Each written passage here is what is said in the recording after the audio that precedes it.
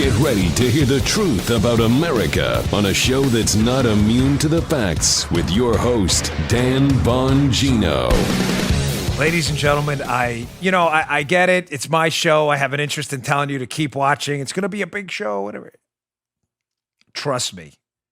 Today is going to be place your trust in me on this one, please. It's going to be an enormous show. I'm going to lay out why the Democrats are so terrified of the economy opening again and what they're really doing. Important. But I also have some just killer connections on this Spygate thing. It's all coming out now during this viral pandemic, weird, that are going to bake your bagels. Today's show is sponsored by ExpressVPN. Don't let others track what you do online. Don't let it happen. Keep yourself safe at expressvpn.com/Bongino. Welcome to the Dan Bongino Show. Producer Joe, how are you today, fine sir? Monday. Glad to be back, but waiting for the big show to happen. I know. I tell Joe that, and I don't let him know what's going on. So because I want to make sure he gets it too.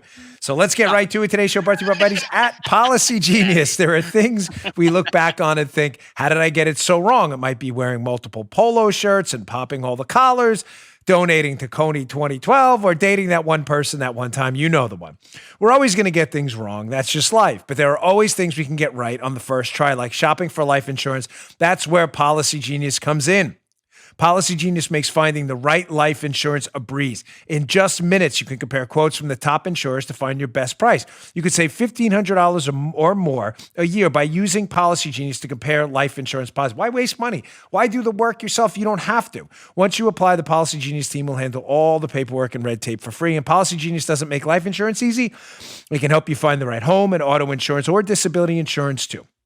So even if you look back on the triple denim dirt days and distress, you'll never be distressed about life insurance with Policy Genius. In just a few minutes, you can find your best price and apply at policygenius.com. Super easy to use, folks. That's policygenius.com. We get things wrong from time to time. At least we can get life insurance right with policygenius.com. That's policygenius.com. Go check them out today. All right, Joe, let's go. And there it is. All right, before I get to the dirty dozen, there's maybe a dozen or so talking points on the Spygate thing, which is just amazing. I want to get to this first. You know, the Democrats, the radical far left Democrats, you may be asking yourself, by the way, did you like the haircut? It's a Paula Bongino special. I like it. She likes it. Had a good weekend. Didn't use a Floby, did you? What's that? No Floby. Yeah, this was just a standard old rate. Remember the Floby? Good, I noticed. So she did a good job. Joe, you may want to go with this look. It's super easy to maintain. But getting back to the important stuff today, why are the Democrats terrified of the economy opening? Why do they want a national shutdown? Let's put the bottom line up front, folks. Ladies and gentlemen, they have three goals right now that are becoming readily apparent. I'm going to produce the evidence here to show you I'm right. The three goals for continuing to bankrupt you, your family, your children, your grandchildren, and cause the Great Suppression, as it's become known on Twitter. Goal number one. They have clear ideological goals. They are leveraging the Rahm Emanuel theory of never, and that's a capital N, never let a crisis go to waste. Their ideological goals are clear. Don't worry, I'll produce the proof for you shortly. Second, they want to destroy the president, obviously. I have some evidence there, too, that this is starting to take its toll. And I think the president is well aware of that fact. Remember, none of this has to do with saving lives. I haven't mentioned that yet, Joe, because we're not even there yet. Yeah. Because none of the Democrats' goals, the radical one, I'm not talking about voting Democrats, or have anything to do with any of the science or any of that stuff. Goal number three, they want to destroy conservative media and pin this crisis on them. Got the evidence of that, too. All right, let's get right to it. First, let's get to some video. Here is Nancy Pelosi, the dreadful, atrocious, really one of the worst politicians in the history of the United States based on the damage she's incurring on this country or inputting into this country by her activities every day. Here's Pelosi on Fox News Sunday, living in a total bubble, pretending to not understand why these economic shutdowns are so destructive. And she goes right back to identity politics when questioned on this matter. In other words, Chris Wallace from Fox News says to her, if your narrative going forward is going to be that President Trump basically and the Republicans didn't effectively warn people about this virus, then why were you in San Francisco's Chinatown telling people, come on out, no big deal? Watch how she goes, because she knows she's nailed to the wall on this. She goes right back to identity politics. Check this out. As you are right now, have been very critical of President Trump, especially for what you say is the time that he lost initially in January and February in responding to the virus. But I want to point out that on February 24th, you went on a walking tour of Chinatown to try to promote tourism there. And here's some of what you had to say. That's what we're trying to do today, is to say everything is fine here. Come, because precautions have been taken. We think it's very safe to be in Chinatown and hope that others will come. If the president underplayed the threat in the early days, Speaker Pelosi, didn't you as well? No, what we're trying to do is to end the discrimination, the stigma that was going out against the Asian American community. And in fact, if you will look, the record will show that our Chinatown has been a model of containing and preventing the virus. So I'm confident in our folks there, and thought it was necessary to offset some of the things that the president and others were saying about Asian Americans and making them a target of violence across the country. In fact, some hate crimes. But forgive me, don't you think?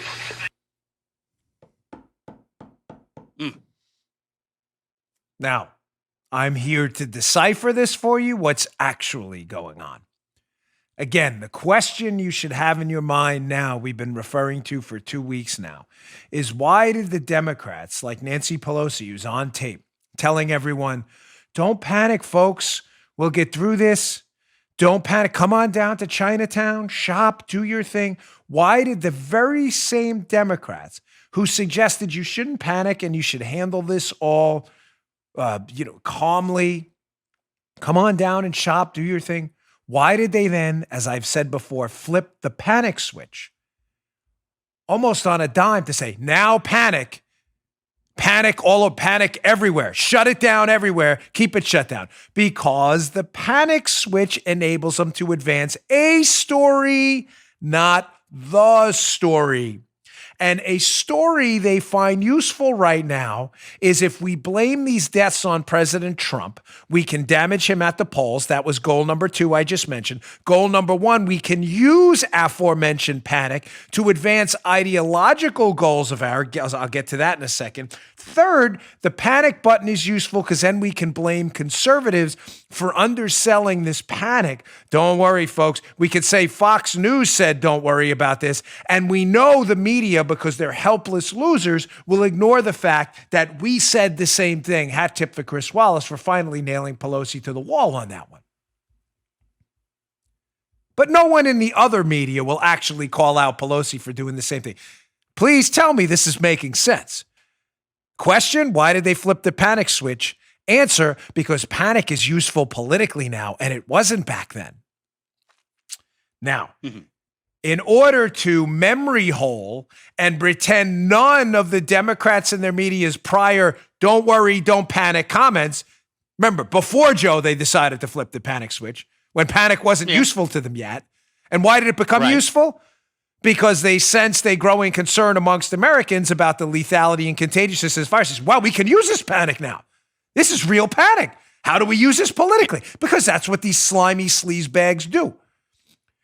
Now, to memory hole everything they said about don't panic, pre-panic switch flipping, they have to find a reason here that they said that. And the reason, according to Pelosi, is identity politics. Preventing discrimination is important. That has nothing to do with any of this. She's making this whole thing up. Now, identity politics is one thing. Well, I want you to watch this clip. One of the most disturbing, pathetic, from a really pathetic person, Joy Reid, a failed human being at life. Remember her with her homophobic, nonsensical stuff that she said she alleges someone else wrote on a blog and all this other weirdo stuff she wrote on there? we'll leave her explanations for another day, but this is the hapless, collusion, hoaxing, lying Joy Reid on with another Keith Ellison, who's been accused of some very serious stuff, by the way, by some of the people in his own life. Here's Joy Reid from MSNBC on with Keith Ellison, another hapless Democrat. They manage in one clip, Joe, to pull out, I had to write this down because I don't want to forget, identity politics, the incitement of violence, which Pelosi mentioned too. This is another fake media network. Trump's inciting violence. And then they also managed to throw in a class warfare thing to explain why Trump is responsible for all this. Check this out. When the first black family moves in and black people being left in a situation where they're more vulnerable by default, less health care, jobs that are hourly, jobs where you're closer to people, stuck working near to each other. When you hear Donald Trump talking in this sort of faux Confederate language about these lockdown orders, which are meant to save lives, and you see people with these Insta protests paid for by activists for the super rich, egging on this kind of activity that could get violent, what does that say to you?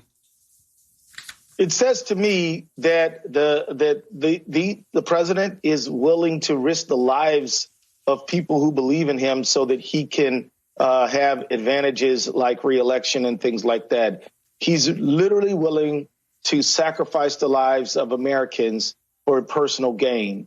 And that's deeply disturbing to me. So again, let me walk you through this. Pelosi she needs a retcon. She needs to rewrite history as to why she told people not to panic, because now the Democrats find panic useful. They find panic useful because a panic will continue. This is where I'm going with this. Will continue these economic shutdowns if they can panic people enough. We have to stay off the streets. No one can open their business ever. They need the panic. So my first clip, that's Nancy Pelosi rewriting why she told people not to panic. I was protecting against discrimination. This is the hapless, alleged writer of homophobic posts, Joy Reid, on MSNBC with another disturbing individual, Keith Ellison. Again, they need these shutdowns to continue, so she manages to marshal in 3 reasons why these economic shutdowns could continue.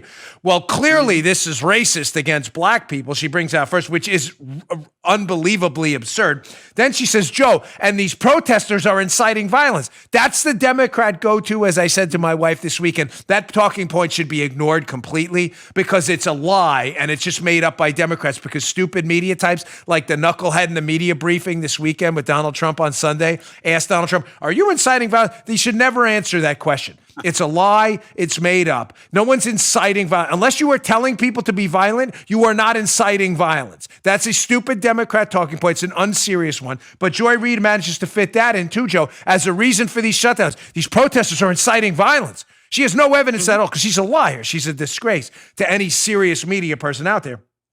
But then she manages to fit in too, Joe, remarkably another talking point. Identity politics, inciting violence. Did you hear it, Joe? The third one? The third one is, and this is paid for by rich people. Class warfare too. Class war in the same talking point. In 1 minute, Joe, we have remarkably 3 classic Democrat lying, disgusting go-tos. Everything's identity politics. Conservatives and protesters are inciting violence. And this is all class warfare because rich people did this. I can guarantee you the protesters in Maryland, in Michigan, in Illinois, and in states around the country, in Virginia and elsewhere, are not being paid by millionaire donors. You morons. But leftist morons don't do facts. Facts aren't really their thing. So you may ask yourself, like, where's Joy Reid getting these talking points? Probably from her Democrat focus group tested ally hacks, because she's not smart enough to think of these talking points herself. The only talking points she thinks of were alleged homophobic posts she wrote, which are pretty gross, but she need an FBI investigation on that, remember? But Joy and the Democrats realize right now that there's an anger brewing and that people are starting to question everything. Wait, why is my business closed and that business isn't? So you can go to a supermarket and touch the produce, but you can't go to another place to buy seeds to plant your own? Huh? So you can get in a canoe, but not a speedboat, or a speedboat and not a canoe? You can travel to your cabin in the woods if you live out of state, but not if you live in state, Michigan? People are smart. You are. It's not virtue signaling. The American people are smart and entrepreneurial. There's a reason that we're the most successful country in the history of sentient beings. It's not because we're all idiots. It's because we figure stuff out. Because we work hard, we figure it out, and we connect the neurons and we make stuff happen. We build stuff, we make stuff, and we think of stuff that has to be built in order to make stuff we thought about. Stuff matters. We make stuff. We feed people. We feed the world. We have been a beacon of prosperity and hope for eons since the inception of this great republic. Why do the Democrats want to continue to shut this down? The answer is because these radical Democrats don't give a damn about you, ladies and gentlemen, your kids, or anything else. They have 3 goals, which I opened up with. Now let's produce some evidence that what I'm telling you is true. Why does Joy Reid, why does Nancy Pelosi want this economy and you buried and done for? Don't forget this because it's a fact and you know it. This is what they're afraid of. Let's look at Real Clear Politics, this article. It's in the show notes by Stephen Moore. It is well done. The show notes are available if you go to bongino.com/newsletter. I will email you these articles every day. It is worth your time. Beware of the left's degrowth movement. Folks, big leftist groups, fake environmentalists, they're not real environmentalists. They're really former communists who become environmentalists, who hate capitalism. They think this is great. They think this degrowth movement, degrowth, which is code word, Joe, for bankrupting you, your kids, your business, your grandkids, and everyone around you while you suffer with no job, no money, and lose your house and potentially lose your car. The left, someone will think this is wonderful. From the Real Clear piece, read this whole thing in the show notes. It is worth your time. A former high-ranking climate advisor to the Obama administration, Jason Bordoff, writes in Foreign Policy magazine that COVID-19 may deliver some short-term climate benefits, Joe, by curbing energy use or even longer-term benefits if economic stimulus is linked to climate goals. Wow. It's wonderful. But he adds, almost regretfully, that the, quote, benefits from the pandemic in terms of less carbon emissions are likely to be fleeting and negligible. Degrowth is defended by its proponents as a political, economic, and social movement based on ecological economics, anti-consumerism, and anti-capitalism. Oh, Dan, those are just a few radicals. Are they? Really? If they're just a few radicals, a former Obama folks here and there, a couple of fringe groups out there, then if you ask yourself, if it's just a few of them, why are so many of them on the Democratic side, despite evidence that their shutdowns have not been particularly effective in doing what they stated, or that these shutdowns have been so effective, but they don't have a particular exit plan? Why are the Democrats so eager to keep them going without any exit plan for you? You may say, Dan, they have an exit plan.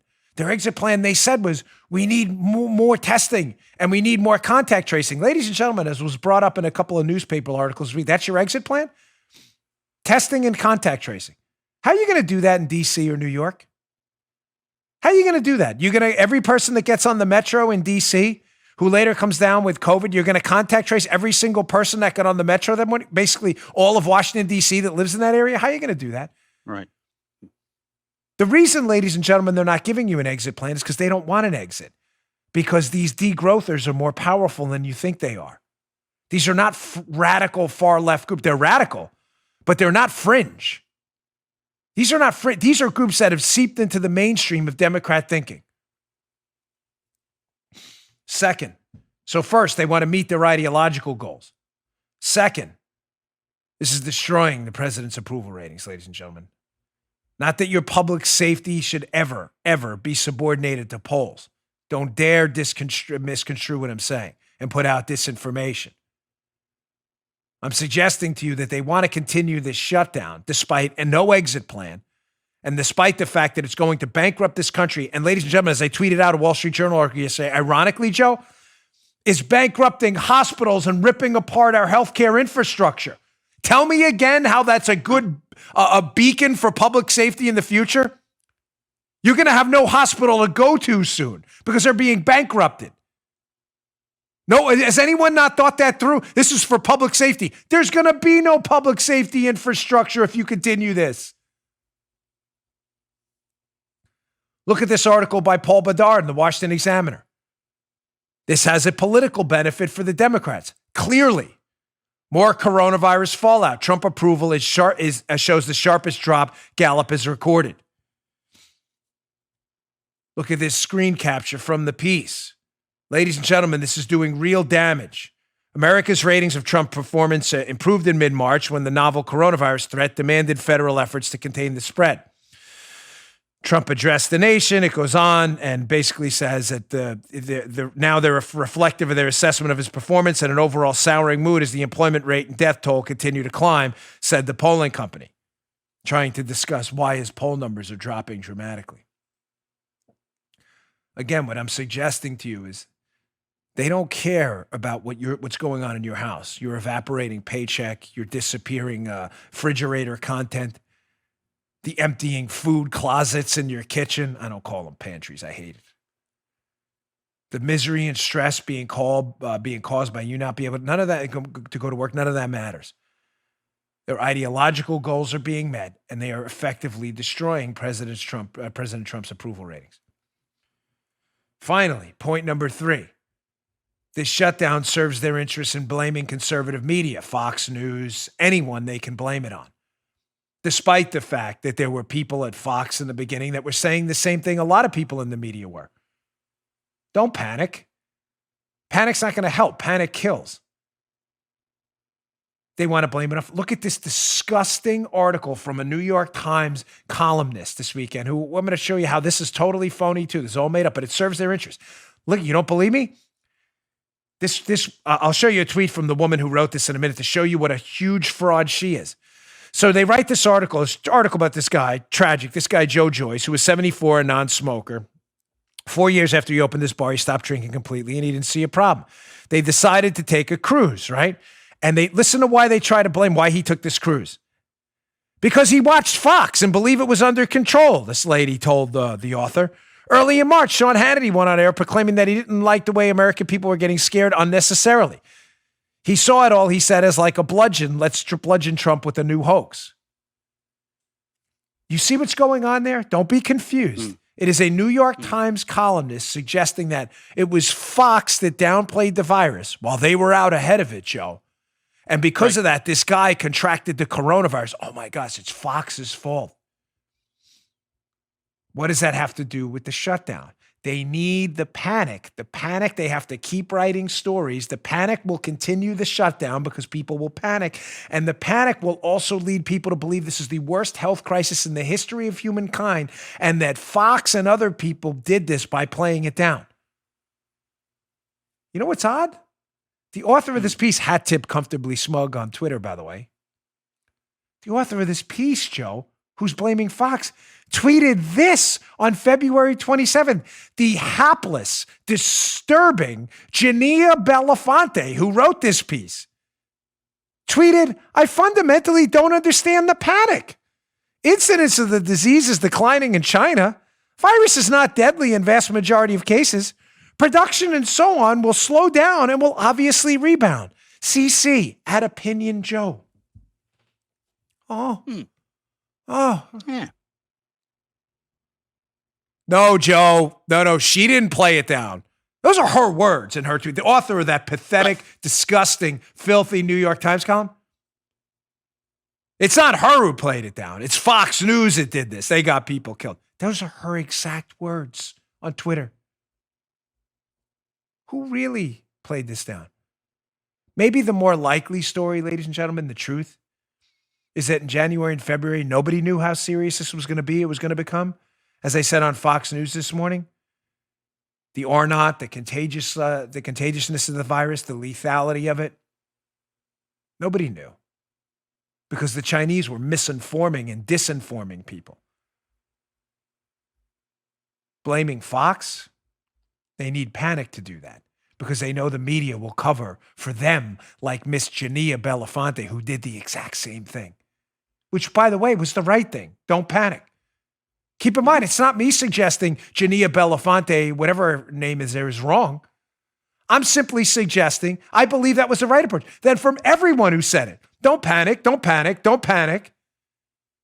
But now they flipped the panic switch because panic has become useful. in destroying Trump, advancing their agenda, and destroying conservative media. And the dopey slobs in the media just play along, despite the fact knowing we have the evidence that they did the same thing. All right, let me get to my second sponsor. I got some really just explosive I hate stuff that's going to blow your mind. All right. Today's show also brought to you by our buddies at Stamps.com. For all our sakes, we need to avoid crowds any way we can right now. But what if you need to go to the post office? Well, if you need postage to send out letters and packages, if you need that, you're going to go to the post office? Well, don't worry. Stamps.com is here to help. How? Anything you can do with the post office, you can do at Stamps.com. We do it right here in the Bongino household, thanks to Stamps.com. You can print postage on demand. You can skip those lines and crowds at the post office. Plus, you can actually save some money. In our case, a lot of money. With discounts you can't even get at the post office. This is a win-win-win-win-win-win. Stamps.com brings all the services of the U.S. Postal Service right to your computer in the safety and comfort of your own home office or anywhere else you're hunkering down right now. You a small business sending invoices, an online seller shipping out products, working from home, you need to mail stuff? Stamps.com can handle it all with ease. Simply use your computer to print official U.S. postage 24/7 for any letter, any package, any class of mail, anywhere you want to send it. When your mail's ready, you just leave it for your mail carrier, schedule a free package pickup, or drop it in the mailbox. No human contact is even required. It's really that simple. And like I said, with Stamps.com, you get great discounts too. 5 cents off every first-class stamp and up to 40% off USPS shipping rates. And now, in addition to offering discounted postal service rates, Stamps.com also offers UPS services with discount rates up to 62%.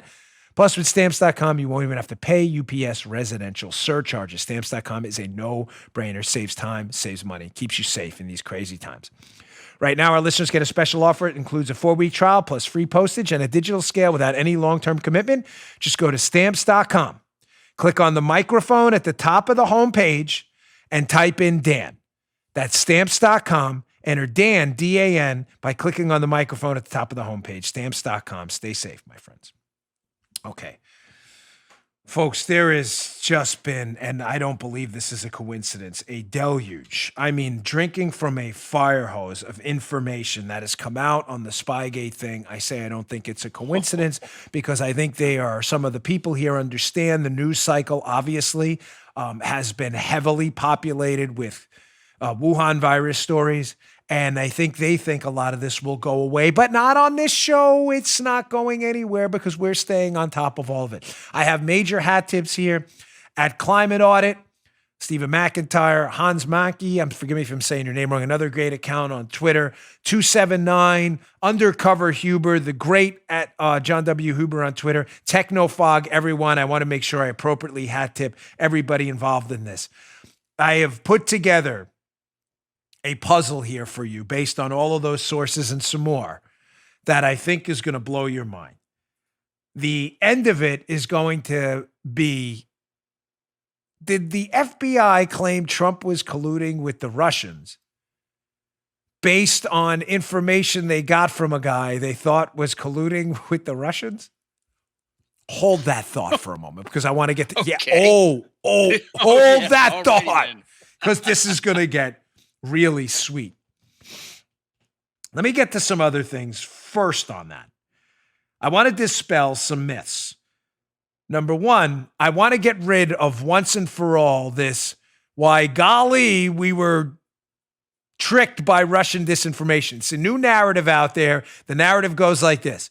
Well, now that we know, based on the IG report, that the FBI suspected there may have been Russian disinformation in Steele's reporting, which they used to get a FISA to spy on the Trump team. You copy? Their new narrative is going to be in the media, and I believe with many at the upper levels of the Bureau trying to cover this up, they're going to say, well, we were tricked by the Russians with Russian disinformation. No, you were not. This was a Hillary disinformation campaign from the start. You guys bought it hook, line, and sinker because a lot of you hated Trump, and it was just a bunch of lies. Stop the nonsense, okay? I'm getting tired of this Russian disinformation line. The information was fake and it was attributed to real Russians. They knew that. But how do we know Hillary's team was involved in this from the start? Well, obviously they paid for the dossier, but hat tip to Hans Mankey again and Stephen McIntyre for this. There's some really good clips out there, ladies and gentlemen, in the past that pretty much show from the start the Hillary team was involved in a disinformation campaign in turn with their FBI buddies.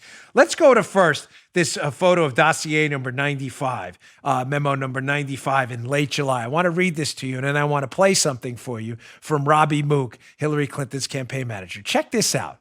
Read the language here. This is dossier number 95 from Christopher Steele, importantly in late July. We don't know the exact date, but it's right around late July of 2016. Look at the language in there. The reason for using WikiLeaks was plausible deniability, and the operation had been conducted with the full knowledge and support of Trump and senior members of his campaign team. So just to be clear, Christopher Steele, paid for by Hillary through her intermediaries, puts out dossier memo number 95, Joe, and in late July, we don't know the exact date, but this is important, and says, yes, WikiLeaks leaked this stuff, and they did it with full knowledge of the Trump team. Well, what else happens in late July? Joe, total coincidence, I'm sure. Robbie Mook, Hillary Clinton's deputy, the guy running the campaign at this time, appears in late July in this exact same time frame on one of the leftist news networks, and he almost mimics exactly the language in the dossier. How would he know that? No. This was a Russian disinformation campaign and not a political operation by Hillary and Robbie Mook. Listen to Robbie Mook echo this exact same language that just happens to come out at the same time as this media appearance. Here's some evidence for you. What's disturbing to us is that experts are telling us that Russian state actors broke into the DNC, stole these emails, and other experts are now saying that the Russians are releasing these emails for the purpose of actually helping Donald Trump. I don't think it's coincidental that these emails were released on the eve of our convention here. Wow. Isn't that crazy? Huh. Echoing the whole WikiLeaks Russian link in conjunction with Donald Trump. Yeah. And amazingly, Joey says, I don't think it's a coincidence. I don't think, Robbie, it's a coincidence either that in late July, as you're feeding this information to the FBI and others through your campaign's political oppo research operation, you happen to go on CNN and echo the words of the dossier or the sentiments of it almost exactly. But Joe, it was a Russian disinformation campaign, not a Hillary out. Right. Crazy how Hillary's people seem to be getting the same Russian disinformation at the same time. Isn't that weird? I thought Trump was colluding with the Russians. So let's just throw that baby and bury that sucker right now. Let's throw the baby and the bathwater out at the same time. There's no Russian disinformation. It's fake. It was always fake. They were not duped by the Russians. This was a political operation. My gosh, stop the nonsense. Let's move on. The great Devin Nunes made an appearance on Fox this weekend. Did you catch it? If you didn't, you missed an absolute gem. Joe, do you have the Nunes translator? Initiating Nunes translator, Dan. There you go. Good night. I am going to translate for you what I think Devin Nunes is saying in this cut, because this gem from Fox and Friends this weekend, he just blows the doors off something I've thought for a very long time, and we'll see. He has two talking about. I want you to pay attention to, he mentions 3 Russians in the beginning of this clip, and then he mentions a period in 2016 when the CIA gave stuff to the FBI. Listen to this cut, and I will do my Nunes translation on the other side of it. Check this out. You have the 3 dossiers that have to be investigated. I'm also interested in 3 Russians that are actually Russian Americans that we're looking into. And then I would say finally, in 2016, we know from great work that Trey Gowdy did at the time in questioning that the CIA gave information over to the FBI in 2016. We now are laser focused on that. We need to know exactly what did the CIA give to the FBI in 2016. That's what our investigation is now focusing on. Oh, man. The gems in that one. Remember that cartoon, Gem? She's truly outrageous. Remember that? Every single cartoon ever I had on in my house because we had like 3 generations of kids in there all the time. Well, maybe not generations. That's probably a gross exaggeration. But what the gems in there. So, gem number one, and I'm guessing what he's saying here, but when I say guessing based on a lot of homework I've done on this case in the past here, in conjunction with info from 279 and others. So he's very concerned about 3 Russians. I'm going to throw this out there. Is it possible, again, that, as I've said to you from the start, that everyone knew the Steele information was fake, including Robbie Mook and others who were promoting it in July of 2016? Steele information is fake. It's a lie. The dossier is a lie. It's a hoax, folks. It's a total hoax. It's not Russian disinformation. It's slivers of it, maybe. But the allegations in there, the PP tape, it's all made up. It's garbage. It was always made up. Is it possible, just possible, I'm going to leave this here, that it's fake intelligence? Yes, that's not possible. That's true. But is it possible it's fake intelligence attributed to real Russians? Who are these 3 Russians? And if it is fake intel made to look real by being attributed to Russians, then where did they get the names of the Russians?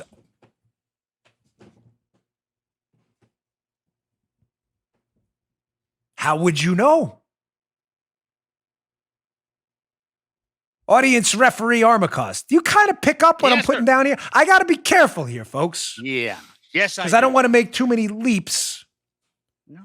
But if you wanted to make information that was a lie look real, by attributing it to real Russians who didn't say it, not their info, then how would you know what real Russians to attribute the information to make it look real?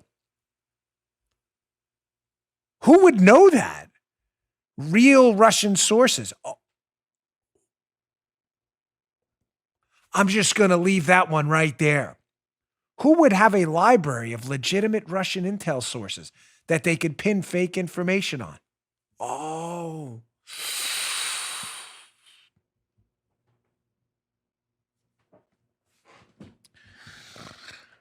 Yeah. Chew on that one for a few minutes. Nunes is not an idiot, okay? Despite all of the Democrats. The Democrats are terrified of Nunes because I think Nunes has a pretty decent grasp of the scope of this scandal. But he said something else, moving on. I'm not going to make too many leaps here. He said something else in that, too. He said, in 2016, the CIA gave some information to the FBI that me and Gowdy were looking into. I'm talking for Nunes, not me and Gowdy, but Nunes and Gowdy. And we find it really interesting. We want to find out exactly what they were saying. It kind of sounds like something you've been hearing on this show for the last year and a half, doesn't it not? Ladies and gentlemen, I've said to you from the start, the FBI is complicit in this. They have no quarter for them whatsoever. They know the case is fake at the absolute latest by January of 2017. They know the case is fake probably by the summer of 2016. But January of 2017, they absolutely know it's fake because they're talking to Steele sources who are saying, I don't know what you're talking about. But I do believe that John Brennan's the puppet master here. That John Brennan is working a series of intelligence back channels. That's important. I'm going to get to that in a second. That's next. He's working a series of intelligence back channels, not formal channels. Why? Because if John Brennan goes through formal, established intelligence channels, everybody reading the PP tape stuff through these former is going to laugh, Joe, and say, this is the dumbest garbage I've ever heard. This guy Steele's an idiot. So Brennan has to wash this information through back channels to make sure it doesn't go through formal channels. So the stupid information from fake sources pinned to real Russians will sound real. And back channels and political back channels and the media are the only way to do that because formal channels will make this look as dumb as it really is. So I believe in the summer of 2016, what Nunes is referring to, the CIA is feeding information to the FBI, maybe pinning it to people that it's not really from, pretending it's really real. But they're feeding information to the FBI through politicians. In other words, Brennan giving it to Harry Reid and others who are then giving it to the FBI to make them believe they have a serious case.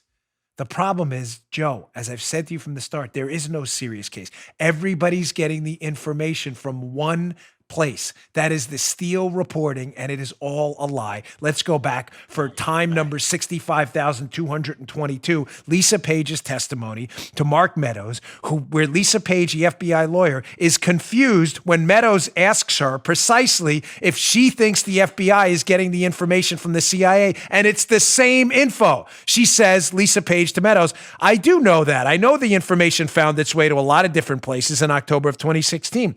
But if the CIA as early as August had those same reports, she's talking about Steele's reports, folks. She says, I'm not aware of that, nor do I believe they provided them to us. That would be unusual. This is the one rare moment of honesty you are getting from Lisa Page here, ladies and gentlemen. I do not think she is lying. She is confused because she believes the information coming to them from politicians, from John Brennan, is from a different source, when in fact it is all from the same source. That is Christopher Steele. It's a lie. It is a lie.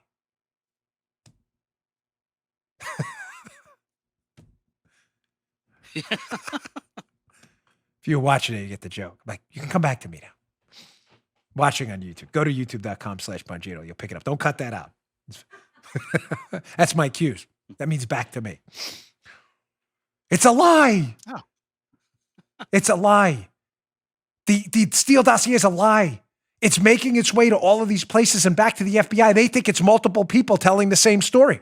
Joe robbed the bank. Joe must have robbed the bank. 20 people saying it. No, but only one person saying it. The guy who doesn't like Joe. And it's all made up.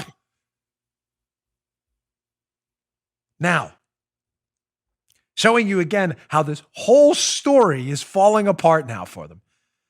I want to get to next. This is all a myth. This whole thing is a farce. It's a nonsense story started by Steele and their little cabal of idiots. They're hacklet people and others over in the UK. They started this whole thing. The whole thing is nonsense. I want to get to that in a second. I want to get to my final read because I want to roll through this because it's important. We have great sponsors and I appreciate their time. Ladies and gentlemen, today's show also brought to you by our buddies at Duke Canada. I have a bunch of their stuff here, which I use every day. Working man's face wash. You can't beat that. We got the cologne that came in handy this weekend for date night. We have their Oak Bower cologne. Duke Canada, look at that. You got a big chunk out of it. This is solid cologne, which I love. And you have their new body wash. Thick body wash. High viscosity. Look at that stuff. Smells like productivity. Sure does. Try it. Listen, you got to wash yourself anyway. You might as well smell like manhood and success, right? Thin is in. But what about a thin steak or a thin wallet or thinning hair? No good. No dice. The answer to these rhetorical questions is nothing. So why then is every brand of men's body wash so weak and watered down and pathetic, frankly? Well, any argument for using this crap is thin. Enter thick. Here it is. I love this stuff. I have two of these. I have another one in the shower. Took this one up. This is great. It's a new product from Duke Canada Supply Company. Thick earns its name for being 3 times thicker than common body washes. You put it on, you got to like really squeeze it because the stuff comes out pretty thick. It's the high viscosity alternative to watching your money run down the drain. Thick comes in a big ass container like this. Check this out. That will crack open like a brewski. And it comes in 4 distinctly masculine scents that won't leave you smelling like a teenage boy band. Thin is out. Thick is in. We hope you enjoy opening up our American-made products. We find that they are as functional as they are fun. Got to wash yourself anyway. Smell like manhood now. I love this stuff. Handy. Came in handy this weekend. I'll leave that for now. Duke Cannon. Thick, high viscosity body wash. $9 each or all 4 for $30. Lasts a long time too because it's thick. You don't need that much of it. A modern and clean citrus profile. Balanced, that's their accomplishment smell. Balanced with sandalwood and oak moss. They have naval supremacy, a refreshing ocean scent with notes of fresh water, musk, and bergamot. Old Glory, a rich, sophisticated, and classically masculine scent that blends notes of tobacco, cedarwood, and amber. I probably said one of those wrong. Productivity and invigorating and uplifting combination of peppermint, pine, and eucalyptus scents. You've had enough of the thin gruel that's your current crappy body wash? Thick is made with plant-based thickeners for superior lather. You're not going to need that gross loofah anymore. And as an added bonus, when you have the 17.5-ounce bottle of Thick, you're going to get a light arm workout. Visit DukeCannon.com. Use promo code Bongino for 15% off your entire order. Free shipping with orders over $35. A range of Duke Cannon men's premium products are also available at your local Target. Go to DukeCannon.com. DukeCannon.com. Use promo code Bongino for 15% off. Looks like a beverage. It's not. Don't drink it. Okay. So getting back to this, how this thing has been a fake the whole time. They ran this fake through multiple channels and are trying to pull a head fake on you about the origin story. We see another bombshell that came out this weekend, coincidentally. So we had Nunes's information, big shocker. We have all these dossier declassifications and IG report declassifications coming out, big shocker. But we also have this, I'll get to it in a second, a gem by the Sydney Morning Herald. But before we get to that, I want to debunk one other myth. Now we're starting to figure this out too. I want you to look at this IG report, page 367, because one of the things when all of this is starting to come out now, one of the leftist narratives along with, oh, shucks, it was Russian disinformation, we got fooled, we'll do better in the future. One of their other silly media narratives, not backed up by any evidence or fact, Joe, is that they weren't spying on the Trump campaign. They were spying on Carter Page. And Carter Page had already left the Trump campaign when we got the FISA. That part is accurate. When they get the FISA in October on Carter Page to spy on him, who was a member of the Trump campaign, he had already left the Trump campaign. Mm-hmm. But see, the media doesn't do any homework for you, but we do here. Hat tip Undercover Huber, the great Undercover Huber on Twitter. That's his highlight there. Oh, look at this in the IG report, Joe. We also believe that as the case, they're talking about the Carter Page case, proceeded, and the FBI gathered substantial evidence of Page's past electronic communications. How's that, Joseph? How is that? Past communications? You mean when he was on the team? I thought we were told they weren't spying on the Trump campaign. Of course, the media are idiots and aren't going to tell you the truth. But there it is, smack dab in the IG report, that the FBI was looking at Carter Page's past. You know, like the opposite of future? Past, P-A-S-T. Can you spell, not past, P-A-S-T, communications when he was on the Trump. I thought you said that didn't happen. Because you're numbskulls and you don't read. Or you do read and you just ignore it. So we can throw that talking point out there too. But here's another fascinating little bombshell that came out this weekend. Perfect timing for this one. The Sydney Morning Herald. Gosh, what was the story we were always told, Joe? This case started because this Australian diplomat spoke with Papadopoulos, a foreign policy advisor on the Trump team. And Papadopoulos told this Australian downer, hey, the Russians have stuff that could be damaging to Hillary. The FBI says, that's why we started this whole thing. Really? And they said, Joe, what was Downer's? Here's the article, by the way, just came out this weekend. Mm-hmm. Sydney Morning Herald. Downer raised Russian concerns at U.S. Embassy without government approval. Shocking. There's two takeaways from this. What did I tell you about before? Brennan used a back channel, unofficial intelligence channels, to shuttle this information to politicians, to get it to the FBI, to spy on Trump. Because if he put it to official channels, Brennan and his team would have been laughed at about the PP tape and the other stupid allegations in the dossier on Trump, which are all lies and made up. So they had to use a back channel. Now we find out Downer had to use a back channel. He didn't even have government approval to pass this information on to U.S. counterparts. But hey, I had this meeting with this guy, Papadopoulos. He said this thing, which Papadopoulos disputes, about the Russians having this information. My gosh, golly. But that's not the story they told originally, Joe. Let's go to the Sydney Morning Herald first. Here's the new story. So this is Malcolm Turnbull, the obviously political leader in Australia before this. Trump was endorsed as a Republican candidate on July 19th. There's that July period, Joe. July 2016, the same time Robbie Mook is on TV, CNN. Trump was endorsed on July 19th, and that prompted Alexander to call on the U.S. Charge d'Affaires, standing in for the ambassador, and tell him about the Papadopoulos discussion. Wait, there's another gem in this. He had no authority from Canberra to do this. And the first we heard of it in Australia was when the FBI turned up in London and wanted to interview Downer. What? This reminds me of the Amazing Spider-Man movie with Peter Parker with the charcoal over his face, and his aunt asks him, what were you doing? He says, I was cleaning the chimney. She says, we don't have a chimney. He goes, what? Wait, what? So just to be clear on this, the FBI story, man, we had to open up a criminal investigation into Trump. a CI investigation into Trump and his team because we got this official tip in July from Downer. It wasn't even official. He had to go through the back channel. And Downer's original story was, and the original story around Downer, Joe, was he did it because WikiLeaks released those emails, and Downer was so disturbed by the DNC leak or the WikiLeaks leak of the DNC emails, he felt that this could have had something to do with Papadopoulos. But can you put that up again? That's not what the news story is, Joe. Where is WikiLeaks in that again? Can you put that up again? Let's go to that first sentence. Why Downer? So Trump was endorsed as the Republican candidate, and that's what prompted Downer to call the U.S. charge in a back channel. That's not the story, Joe. They told us. No. That's not the story. The story was Downer saw the WikiLeaks leak, and that's why he did it. Now we find out Downer did it because Trump was the nominee. Sounds like a political motivation to me. Sure does. You may say, was that really the original story, the WikiLeaks thing? Don't take it from me. Let's go to Canberra. Let's go to Australia's own newspapers. Here's the Canberra Times. This is from December of 2019. Pete Mitchell. What is he, Top Gun? Get the joke? Is it Maverick? Downer Russia tip sparked FBI Trump probe. The Canberra Times. Let's look at the reason back then. Don't let this confuse. I'm going to explain all this for you.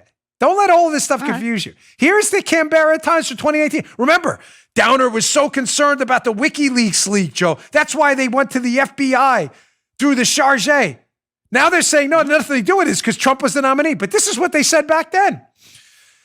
They say the Horowitz report details how Mr. Downer sat on the information until July 26, 4 days after WikiLeaks publicly released hacked emails from the DNC. Oh, that was your old story. Sheesh, that's awfully convenient. WikiLeaks, yeah, we can say that. We'll say the WikiLeaks, that's why we did it. That's not what they're saying now. This just came out, that Sydney Morning Herald piece. So again, let's just thoroughly annihilate now, all coming out, declassifications, the Sydney Morning Herald piece, a couple of myths.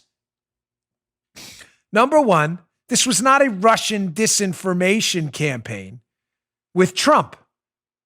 This was a Hillary political operation to hijack the FBI in conjunction with the Obama administration, planned as early as the summer of 2016. We already have the evidence. And put out there by Robbie Mook and others to spy on the Trump campaign for political reasons. Number two, why was no official intelligence used to start this campaign? Spying campaign of the Trump team. Because it was all garbage. And if they didn't run it through back channels, the Australians and others who didn't even use their own official channels, we now know, it would have been debunked immediately as garbage and they would have never gotten the FISA warrant. Number three, why is Devin Nunes and others concerned about 3 Russians and information in 2016 the CIA gave to the FBI? Because it was always a lie pinned on real Russians to make it look real. And when the information was passed from the CIA to Harry Reid and politicians and others to give to the FBI, was the CIA lying about where they got this information from the whole time, which is clearly the Downer, Steele, Halper, Simpson cabal, and it is all a lie. I'm not done. Today was a 2-pager on the show. I'm not done. You're going to need a shower with this. They didn't even pay for that. You're going to need to shower yourself with this stuff when you're done with the show because you're going to feel dirty.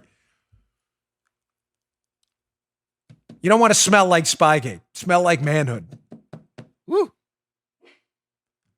So now that we've shredded the myth that this was a serious case, wasn't based on a lie, shredded the myth that Hillary's team, they didn't know what was going on. They were on tape. Shredded the myth that any of this was real. I want to get to the coup de grace here. I want to hat tip 279 here, sincerely, for some great work. And Undercover Huber. I had to put a couple of information streams together. But I need you to pay very close attention to this, and I'm going to put the headline up front. The FBI knows this is fake. The CIA knows this is all a lie. It's a spying operation, political in nature only. But was the FBI knowingly using what they thought at the time was Russian disinformation to collude with the Hillary team, to claim Trump was using Russian information. I tried to explain this to Paula this morning, and I hope I'm getting the whole story from the start has been Trump colluded with the Russians. Was the FBI knowingly colluding with what they thought a Russian colluder to spy on Trump? Oh boy, is this going to get interesting. Let me lay this out for you, what I mean by that. The mysterious case of Sergei Milian continues. Sergei Milian is an alleged source of Steele's. Whether he was source E, it's always confusing. Did they talk to Milian or not?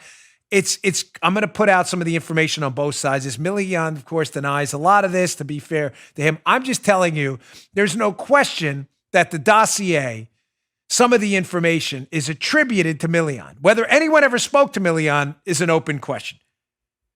But what did the FBI know about Milian when they're claiming to use Milian's information to spy on Trump? That's where this gets really hairy. Let's lay it out. Let's make the case for you.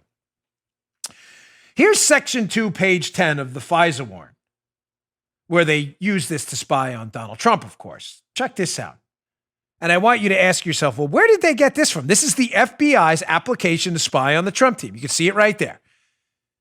Again, Undercover Huber, these are his highlights.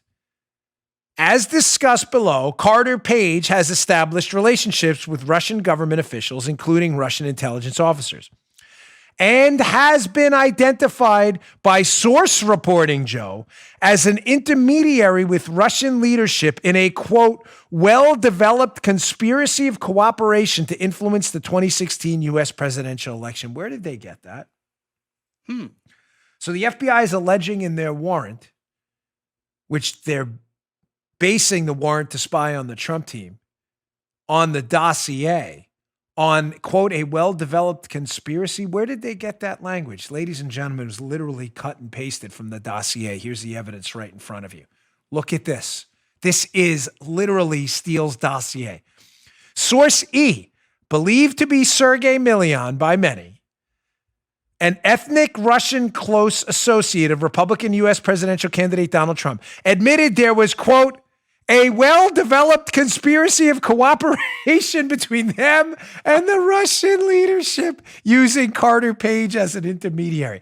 Ladies and gentlemen, the FBI literally, you know I hate that word, it's the most overused word in the English language, cut and pasted the language of the dossier into a warrant to spy on Donald Trump, a dossier that is fake. It is totally fake, BS, false, made up, fabricated information. Why does this matter?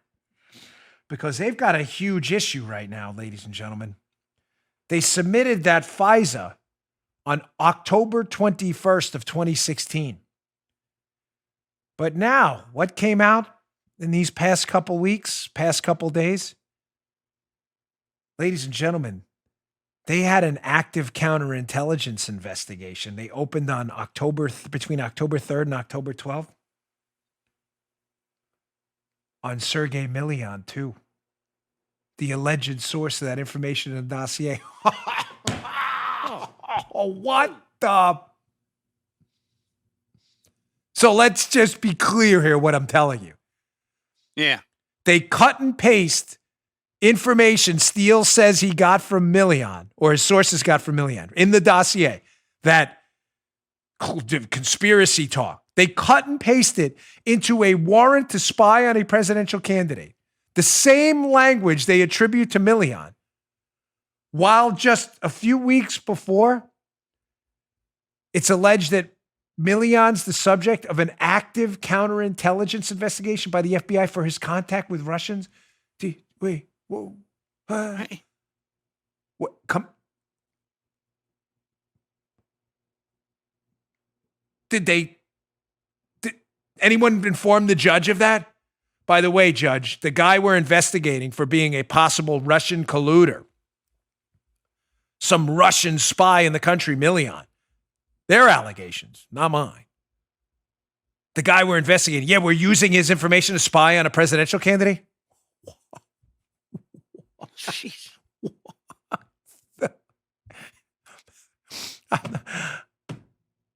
Now you may say, well, this can't possibly get worse. You're using information from a guy you believe is a Russian intermediary to spy on a presidential candidate. It's right there. You cut and pasted it. You cut and pasted it. Yeah. Yeah, it's going to get worse, ladies and gentlemen, because I knew it. As Stephen McIntyre says, there's a question if Steele sources, who remember, Joe, the information they cut and paste, they said they're getting from Million. People who, source C, who people believe are Million. There's a question here. Did these sources ever talk to Million at all? Oh. Let's go back to the IG report. Hat tip Stephen McIntyre. The primary subsource, in other words, the guy who says, hey, I got this information from Million, says he received a call, Joe. This is directly from the IG report from an individual he believed was the subsource, but was not certain of the person's identity, and the person never identified himself during the call. Oh my gosh. What? So, folks, I'm sorry. I know this is a bit complicated. Please don't lose. FBI spies on a presidential candidate using information from a guy they have an open investigation on for colluding with Russians, an open investigation. They cut and paste his information from a dossier into a FISA warrant while simultaneously they're unsure the information ever came from him at all. What am I? Oh. Now, for the coup de grace on top of the coup de grace, which makes the coup de grace term meaningless. You can't have a coup de grace on top of a coup de grace. There's no penultimate coup de grace, or else it's not a coup de grace. But this is the real coup de grace. Did the FBI have a FISA warrant on Sergei Million the whole time? Whoa! Oh! No! So we know they had a counterintelligence investigation open on Million as they're using Million's information to spy on Trump while claiming to the IG they don't even know it came from Million. But why then would they use Million's information if they're not sure Million is even the guy on the call giving them the information? Were they spying on Million the whole time? Was there a FISA on Million too? Oh, let's produce a little evidence for you here, kids. So here's a text from Andrew McCabe on November 17th and 18th. There's a text exchange here. I've shown this text exchange before. The deputy director of the FBI. This is one of his, emails and text exchanges here. He says, I tried sending an email to Redacted, but it bounced back. Are you getting the emails? The Deputy Attorney General inquired about our plan regarding that FISA target if he mobilizes, given the physical access he has. Let me know if you get the email I forwarded from Tosh.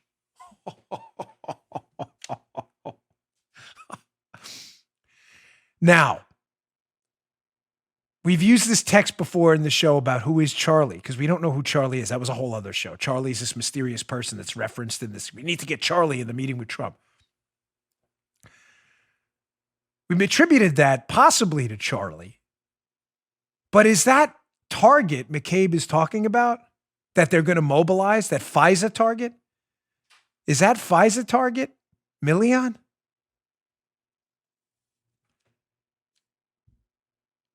Process this just for a moment. Does the FBI have an active warrant to spy on Million? They're getting information about Million through their warrant, not from Million himself.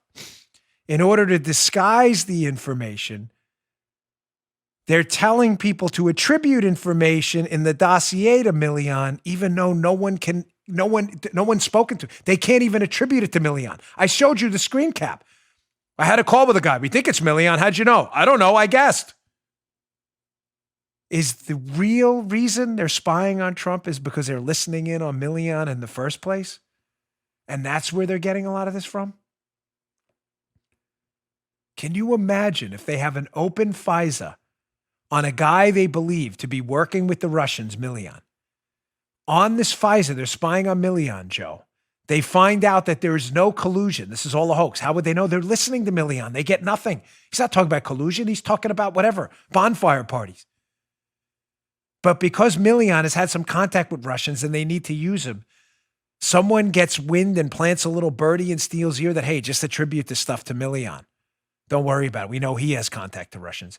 Never figuring out it would get out there. The dossier, that is.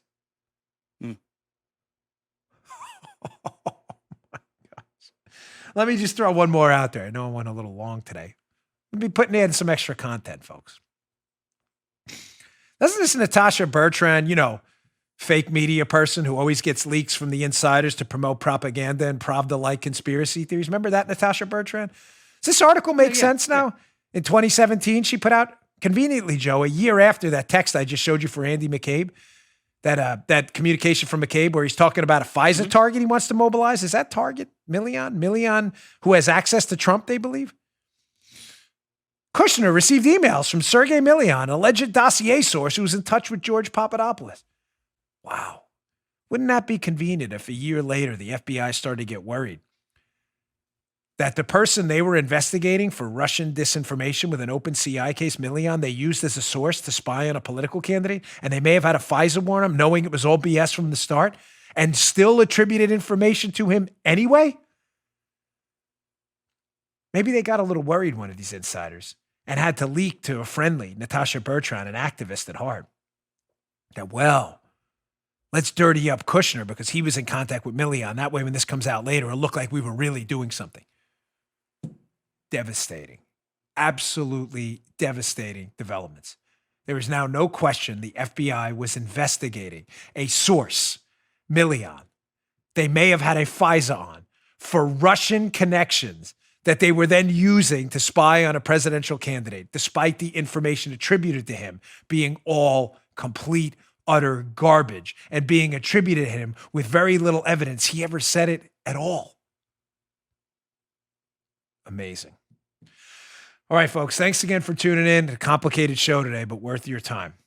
YouTube.com/Bongino. Please subscribe to our YouTube channel. We're like, what, Paula, 15 subscribers away from 400,000. YouTube.com/Bongino. We really appreciate your support of our YouTube channel.